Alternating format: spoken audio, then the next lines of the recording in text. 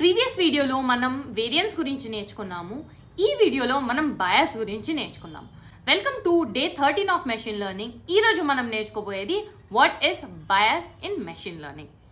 So టిపికల్గా చూసారంటే bias అనేవి సిస్టమాటిక్గా వచ్చే ఎర్రర్స్ అనమాట. ఈ ఎర్రర్స్ ఎప్పుడు వస్తాయి?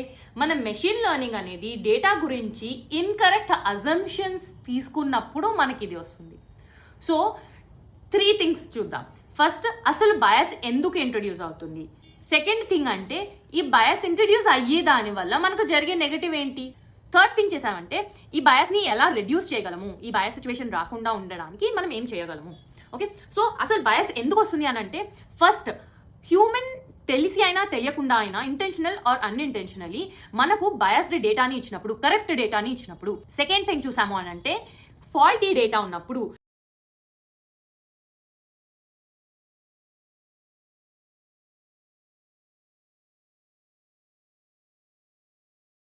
నెక్స్ట్ ఎప్పుడు అవుతుంది అని అంటే మన డేటా ఓవర్ సింప్లిఫైడ్గా ఉన్నప్పుడు, అంటే ఇంపార్టెంట్ ప్యాటర్న్స్ అన్నా ఇంపార్టెంట్ డేటాని మిస్ చేసి మనం చాలా సింపుల్ డేటాతో మెషిన్ని ట్రైన్ చేసినప్పుడు కూడా మనకు బయాస్ అనేది ఇంట్రడ్యూస్ అవుతుంది.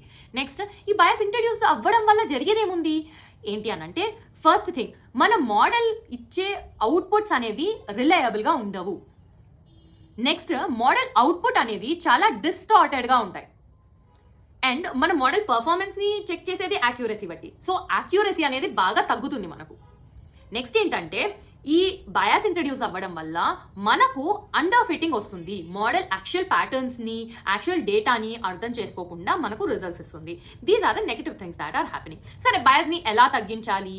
సో బయాస్ని తగ్గించడానికి ఫస్ట్ మనం డేటా యొక్క క్వాలిటీ మంచిగా ఉందా చూసుకోవాలి. డేటా అనేది good quality of data which doesn't have bias, human errors లేకుండా చూడాలి. అండ్ ఇంబ్యాలెన్స్ డేటా ఉంది అని అంటే ముందు ఆ ఇంబ్యాలెన్స్ని తగ్గించి మనం డేటాని ఇవ్వగలిగితే అప్పుడు then we will be reducing the bias and variance. దీన్ని ట్రేడ్ ఆఫ్ చేసి మన బెస్ట్ ఫిట్ మోడల్ని కనుక్కోగలుగుతాం. Thank you.